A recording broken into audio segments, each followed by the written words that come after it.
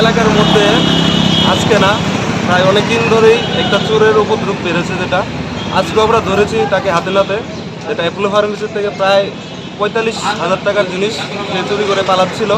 এবং শুধু Apollo pharmacy না, আমাদের এলাকার মধ্যে যতগুলি দোকান আছে সেই দোকান থেকে কিন্তু অনেক জিনিস সে চুরি করেছে, তার প্রমাণও আমরা পেয়েছি তার বাড়িতে গিয়ে। তো তার জন্য আমরা সব এলাকাবাসী আজ মিলে তাকে আমরা ধরেছি এবং পুলিশের কাছে তুলে দিয়েছি। কোন এলাকায়?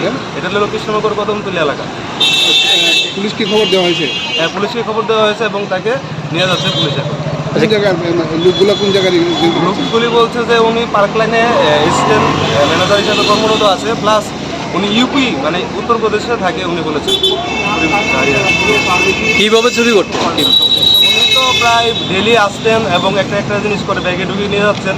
তখন কী হয়, মানে অ্যাপোলোর যারা কর্মচারী আছে তারা বুঝতে পেরেছে যে তাদের থেকে কিছু জিনিস কমতি আছে, তখন তারা সিসিটিভির মধ্যে যখন চেক করছিল তখন ওই লোকটা ধরা পড়ছিল। ঠিক সেরকমভাবে আজকে সকালবেলা সেই লোকটা চুরি করতে এসেছিল, তখন আবার সিমিলারলিভাবে তাকে ধরে আমাদের এলাকাবাসীর তাকে আমরা আটকে রেখেছি এবং পুলিশকে খবর দিয়েছি এবং পুলিশ নিয়ে যাচ্ছি।